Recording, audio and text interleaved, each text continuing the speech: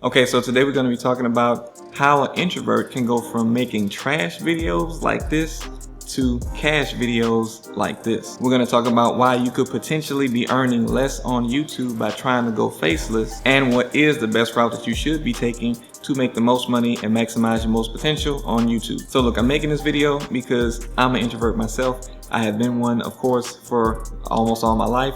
And when I first got started in business, it was very hard for me to see certain levels of success because of my introversion. I would always be the person to really sit in the back of the class, not really raise my hand all that much. And I definitely wasn't trying to do any public speaking or anything like that, even when I got out of school. Anytime I had to stand up in front of a large group of people or anything similar to that, or even if the spotlight was just put on me, I would always get anxious. I would start sweating really bad, and it was really hard for me to overcome. I know a lot of you that are trying to start YouTube channels or thinking about starting a YouTube channel, this is something that might get in your way as far as trying to earn money on YouTube. In some instances, it might keep you from getting started, and in others, it might try to have you going the easiest route that you think is possible to get started and try to make money. And that's why it's important that we talk about the cons first that you might run into by trying to feed into your introvertedness or your shyness, so that you can see how it might hold you back. Okay, so when people are trying to do these automated, faceless YouTube channels, and we'll talk about different aspects, the automated and the faceless part, but as far as the automation goes when it comes to YouTube,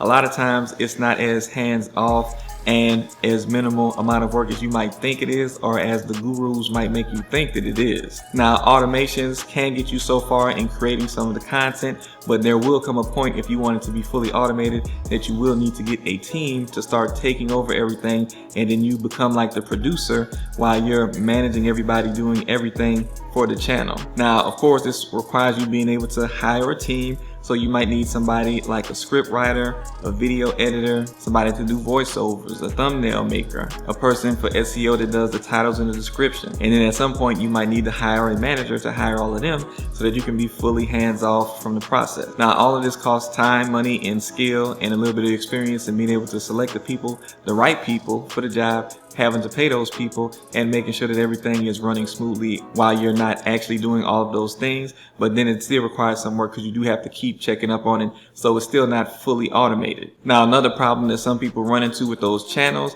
is that they end up getting frequently demonetized. Let's say if you have one of those channels where you're taking other people's content and just reposting it on your channel and then trying to make a spin on it to make it your own for fair use. Even sometimes after doing all of that properly, you will still see a channel or video start to get demonetized. And in this instance, if your whole channel gets demonetized, then well, you have to continuously be building up new channels so that you can always have a backup to go to for money, and then that requires more work in itself. Now, ideally you won't have this problem, but it is something that I hear people who do those automated channels, those faceless channels, run into a lot. Now, in the pursuit of creating all of these new channels that you're going to create, whether you are experiencing the monetization problem or not, is going to be, you're going to have to go into different niches, or more than likely you're going to want to go into different niches, because different niches might, have up and down seasons, and some might perform well when others don't. So of course it's going to be good to diversify, but that also means that you might start getting into a bunch of topics that you don't really care about. And a big problem with having niches that you don't care about and channels that you don't really care about,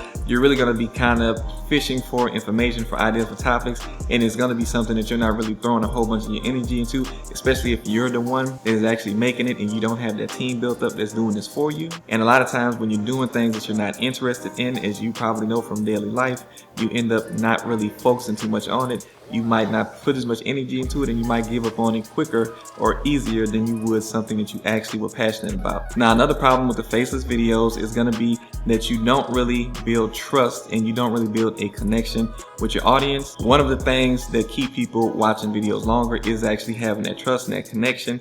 And as you know, on YouTube, they want people on a platform longer, watching videos longer, and that makes it harder when you don't have a person for somebody to look at on the content. A lot of times if it's faceless, it might be some information on the screen, and that can only hold people's interest for so long. And also, the trust that you build up is a big key to being able to sell anything that you want to sell on YouTube, which brings me to my next point, which is that you might end up relying on one sole source of revenue, which is more than likely going to be YouTube ad revenue. Now, the reason why is because that is, of course, the main way that people are usually trying to get monetized on YouTube, even though there are other ways of getting monetized on YouTube. There are things that you can use use when you have built up a small community of people that actually have that connection with you, like super thanks and supers during live streams, memberships, and a few other means as well. But it's harder to build up that community when you're doing a faceless channel. And again, I'm not saying it's impossible, but it's definitely a whole lot harder. And there are also other opportunities to earn revenue as well,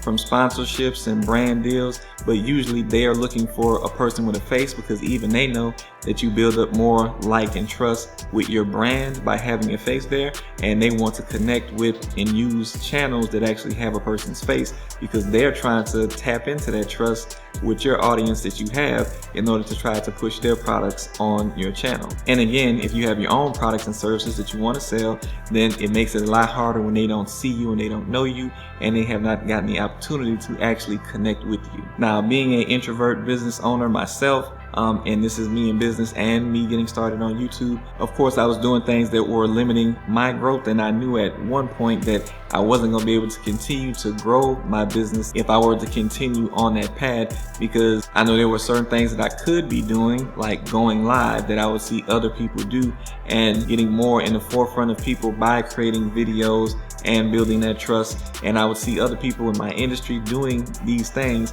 and I would see them getting great responses from it, and I was trying to do everything but those things because of letting my introversion hold me back and wanted to stay in my comfort zone and not really get out there and do anything that I wasn't willing to do. But as we'll all learn at some point in business, if we are like that, we won't be able to get to those levels that we're trying to get to as long as we're trying to stay where we are internally. If you guys are liking this video so far, make sure that you do hit the thumbs up button for me so YouTube can show this video to more people that need to hear this information, as well as subscribe to the channel so you can continue to get good information like this. So let's talk about why you probably want to go the faceless route and start your YouTube channel like that. Well, most of you guys, as I mentioned from the beginning, are probably introverts. You probably don't really want to show your face. You are thinking that you might look crazy, or maybe you just feel crazy being in front of a camera and talking to people, and it maybe feels just as bad as you being in front of a crowd of people. I can just tell you from my personal experience that after doing this for so long, I found that this is way easier. You know, once you kind of know what you're doing,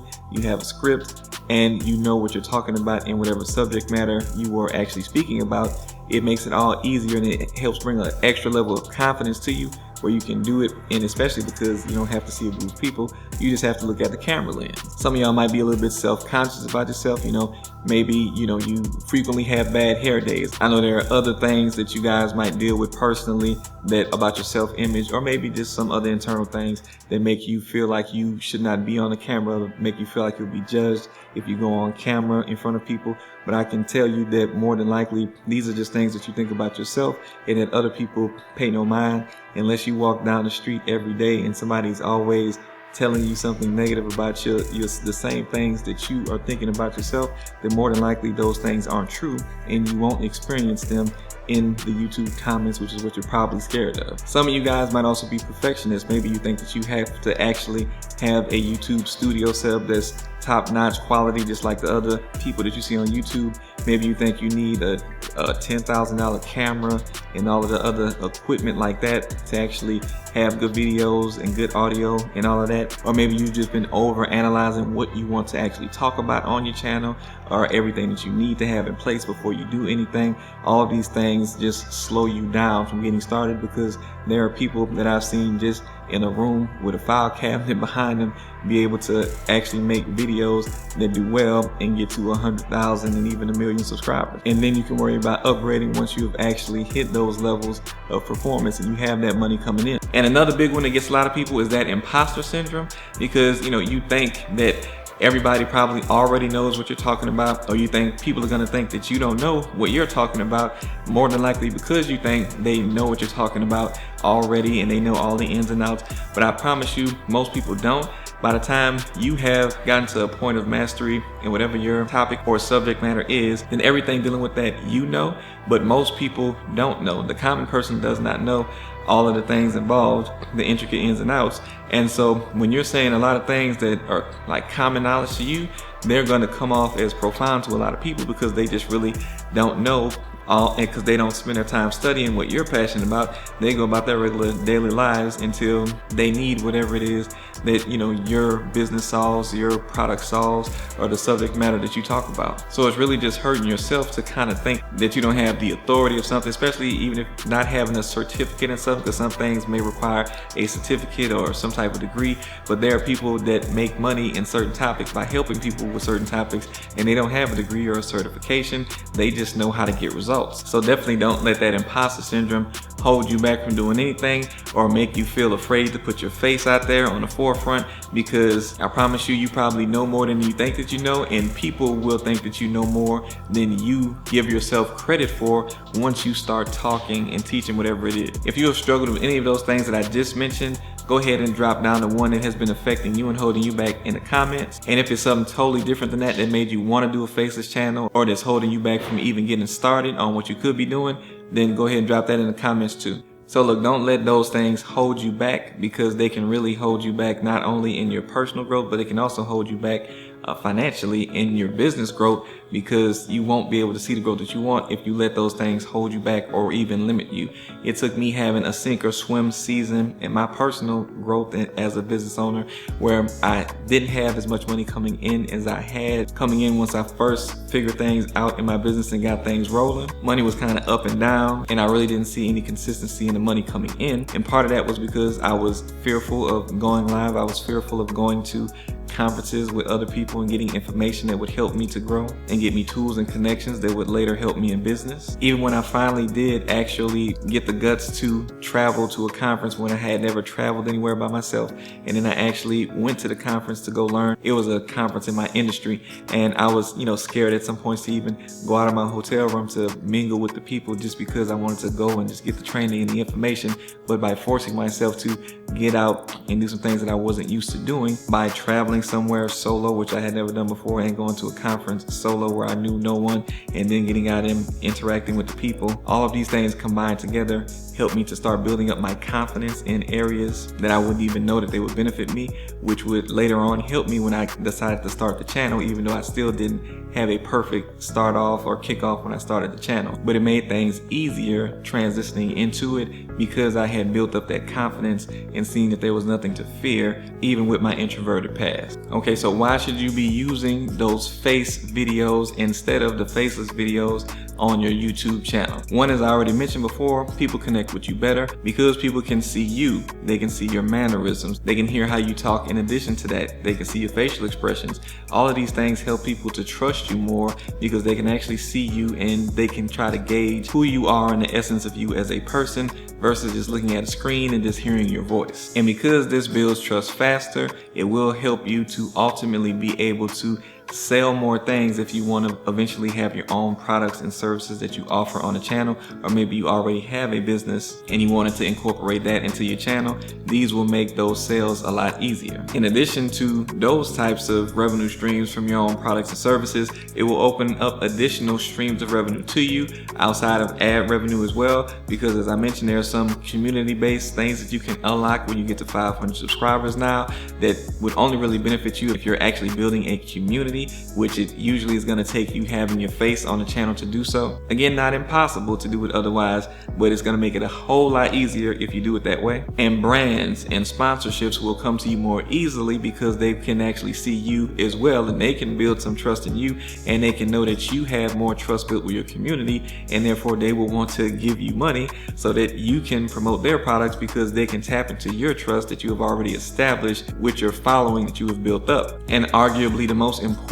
reason to use a face channel instead of a faceless channel is because it will help to get you out of your comfort zone. It will help you to grow as an entrepreneur, as a person. It will give you more confidence in different areas of your life. Just like I said, when I went to that conference, it actually helped me to build up confidence in ways that translated over as an entrepreneur and to me as a person, and it definitely helped me to grow and be able to do what I'm doing with you right now, as well as give me the opportunity to go and speak at different high schools like I have been able to colleges. I've been able to be a speaker at a conference and at events myself. It doesn't just unlock your growth as a person, but it also unlocks your potential in business. So it is definitely, to me, one of the most important reasons to go ahead and go about putting your face on the channel. So if you're gonna go ahead and take that leap and actually try to make a channel using your face now versus what you were planning on doing before, drop that down in the comments. I know some of y'all might be like, well, no, I'm still about to do that anyway.